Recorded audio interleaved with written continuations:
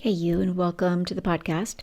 So, today I want to jump in and help the woman who is really struggling. Like you're struggling, you do really well, and then you just go off track. You lose your way. And you're struggling not because you don't believe God, but because you almost just can't. You just can't seem to stay the course, right? And if this is you, I want you to stay with me here on this podcast because I see you. I know that you believe him. I know that you trust his word. I know that you know he is faithful. And yet when it comes to your weight loss journey, you find yourself wavering, don't you? I remember being there. Like you are doing so well and you go back and forth. You start out and then you pull back and something happens and you just go to the pantry. You just eat the ice cream, whatever it is. You commit and then you compromise. You feel strong and then you feel doubt. You obey for a while and then you quietly pull back when things get uncomfortable, when life gets hard, when the dress doesn't fit, when the pants feel tight, when your bra's cutting you in half, right? When nobody's said that you look any different because you've eaten differently for a couple of months. And here's the thing, if you're honest, I believe that you will agree with me that you are tired of this pattern, right? You keep saying things to yourself. You keep saying things to yourself like, I'll just do this again when it's easier. And you decide that you're going to believe that thought. I'll decide to do this again when things are easier in my life, when it feels easier. I'll recommit when this season passes because my life is just too busy. It's too full. I have people here. I've got my career. I've got my job. I've got stress. I've got the marital things. I've got whatever it is. You start saying things and believing things that you are saying to yourself, like, I'm going to get serious after the holidays, or I'll start again when I feel a little bit more motivated. I want you to let this land for a moment. I know that deep down inside, you want to. But it's almost like, and I don't know if this makes sense, but it's like your want to feels a little bit broken. You want to do all these things, but you keep not doing them. And lately, I imagine that you've started to notice something about yourself that you don't even like. You notice that when things get really hard in your life, you notice that you are looking for relief. Like when everything gets really uncomfortable, you start to look for the out. You start to look for the easier path. And then when the results are taking too long, it's taking a lot of time, you just lose heart. And somewhere along the way, you've become the kind of woman who stops continuing. And if this is you, I want you to hear me clearly. Because I don't want you to feel that what I'm saying today in this episode of the podcast is in any way condemnation. But I want to reach out to you and minister to your heart and say that you are called higher than this. You're called higher than this. You want to trust God fully. You want to obey consistently. You want to stop quitting and starting over. You want to be patient. You want to believe that just because the scale hasn't moved or the pants don't fit, that doesn't mean that this isn't working, that it won't work, that you can't lose the weight. You want to stay the course, don't you? And here's the truth that will shift everything if you will allow it. Listen to this. The promise of your transformation is real. It is real. And it's waiting for you, but it requires something different than what you've just been focusing on. Because you've been chasing the outcome while the Lord has been developing the woman who can carry that outcome. Did you hear that? And that development is going to require stronger character. Now, I'm going to give you 3 things that by the end of this podcast, you're going to understand completely differently. And I believe that these are essential components to step you into becoming the woman who was strong enough to persevere, to keep going when it was hard, to deny her flesh, to overcome temptation, to go to the Lord when she felt weak, to walk by the Spirit, not by her own strength, the woman who learned how to walk by faith. I believe that you are going to learn these things that are going to shape your character, because that's all that's missing, is the formation of the strength of your character. Because the woman who lost the weight, the version of you in the future who lost the weight, she did it by wanting what God wanted. So she decided to pursue the development of who she is, of her character. And so the three things I really I'm going to drill down into, might be a little uncomfortable for a few minutes, but I want you to hang with me. The three things specifically today that I'm going to take you through is steadfastness, diligence, and endurance. And I want to walk you through these things, but I don't want you to see them as ideas, but I want you to start seeing them as lived realities. I don't want you to see this as, oh, this is just nice information. No, I want you to see that these are the things that create the formation of the character that the Lord is trying to develop within you. Because once you see these clearly, once you see what I'm going to unpack in this episode of the podcast, you're going to understand why you have struggled. And more importantly, I believe, how to move forward. So I want to dive into steadfastness. Because, we can say that, but what's really under the hood of steadfastness? What does it look like when you are pursuing to be made stronger in this area? Steadfastness actually means you are firm, you are unwavering in your commitment over time. You're not just occasionally unwavering, you're not just occasionally committed, but it's unwavering commitment over time, especially when you are under pressure and when things are hard. I want you to get that. Especially when there's so much pressure in life for the holidays, for your family, for the anniversary party, for whatever it is. Because pressure is not the problem. Pressure is the place where your steadfastness is revealed. The characteristic, one of the many characteristics that need to be developed within you in order for you to stay the course. Many of you have not struggled because you lack faith. You have struggled because your commitment has wavered when the pressure of life showed up around you. And steadfastness is not required when things are easy. Get that. It is only required of you when they're not. I want you to think about this in real life. Like you might have an event. Let's say that you planned on this one dress after 3 months of, obeying mostly your meal plan. You put on the dress that you planned to, let's say, wear to your best friend's wedding. I don't know. And you put it on and you don't like how it looks on you. A woman who lacks steadfastness lets that moment decide her behavior. And then discouragement takes over, and relief becomes the goal. But here's the thing about steadfastness. Like a steadfast woman, she wears the dress anyway. She goes to the wedding. She honors the journey that she's on. She orders the grilled chicken. She eats the salad.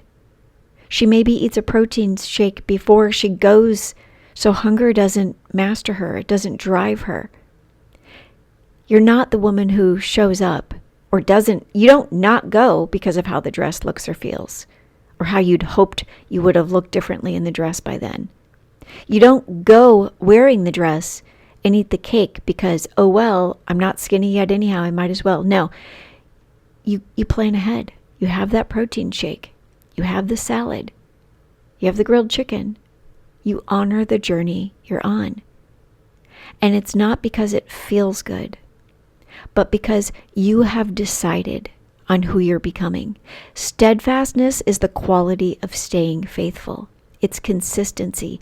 It's resolve. It means you do not allow the circumstances of your life, your emotions in the moment, or the opposition, the temptation that's coming at you. You don't allow it anymore to pull you off course. And I want you to hear this clearly. Steadfastness is not about intensity.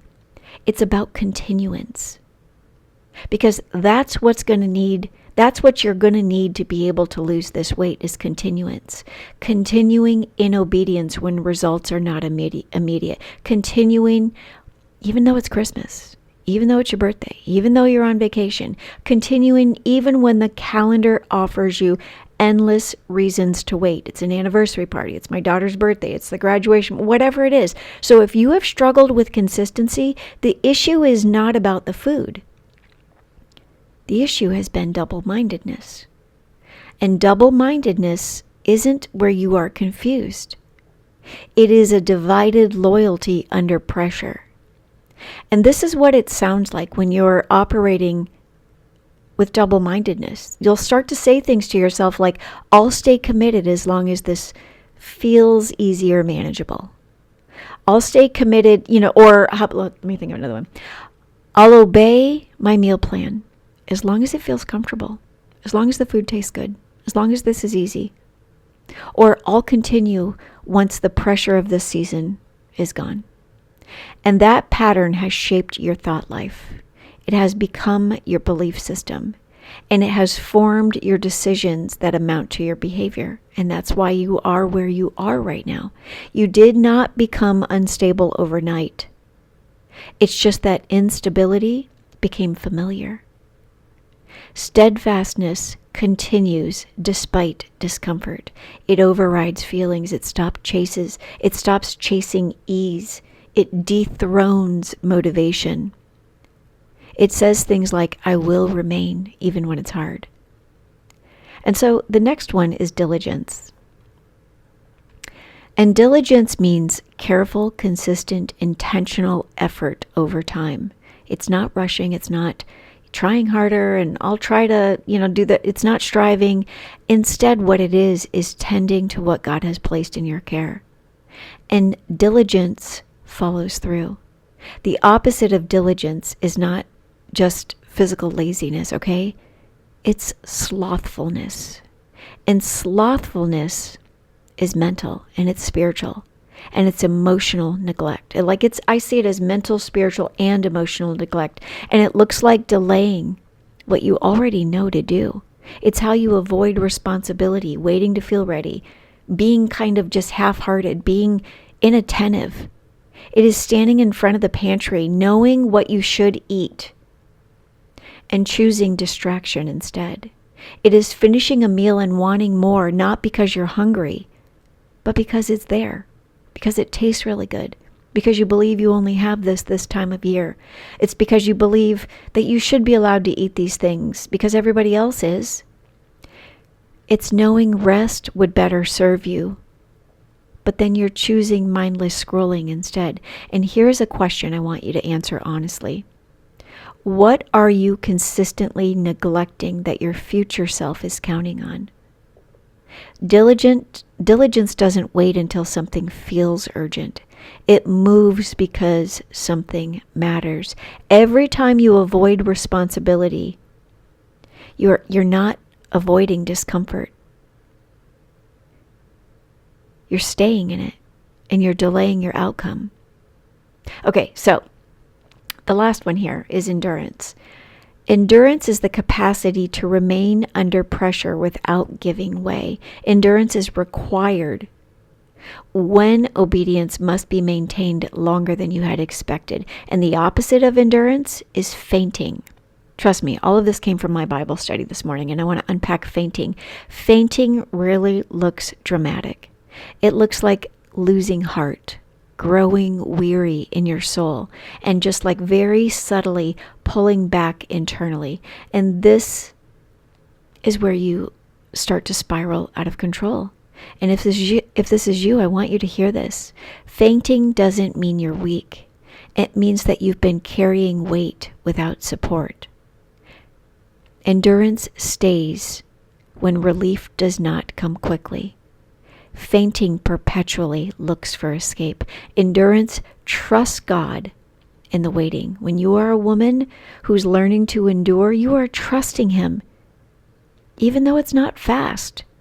But when you're walking in the opposite of it, as the Bible calls fainting, you start to see the fact that you've not lost the weight as evidence that you won't. And here's the truth. All that's happened here is you've grown weary. Your lack of successful progress doesn't mean you're not going to lose the weight. It just means you're exhausted. But when you're pursuing endurance, you will start to say things to yourself like, I'm going to stay the course even if it takes longer than I want. Because that's the thing nobody ever told me. Weight loss is going to require that I endure, that I go to God when it's hard, that I stay the course even when my feelings say it's too hard or I believe I'm too weak or the temptation is too great. Weight loss is going to take far longer than you ever anticipated because of all of the variables. And I teach all of the variables in the Seeker's Method, but so many things have to be lined up if you want to be made stronger, if you want to become the version of yourself that lost the weight.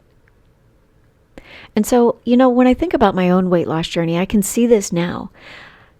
I became a woman who endured. I became a woman who was steadfast. I became a woman who was diligent. And I'm not telling you this so that you can admire my story. This isn't about me.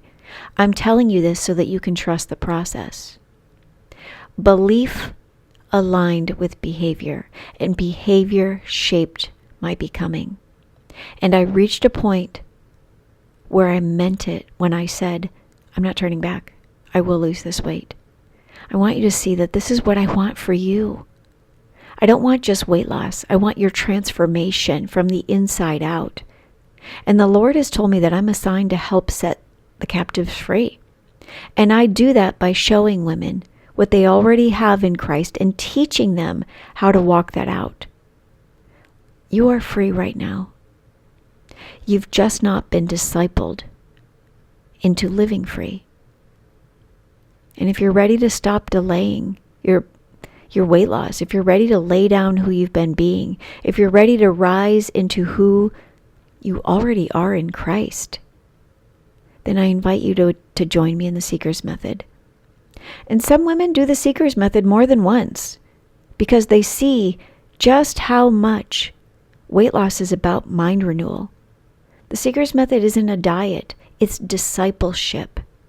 And every season you delay, the pattern grows stronger, not weaker. You will reap if you don't give up. And now you know how, even in weight loss.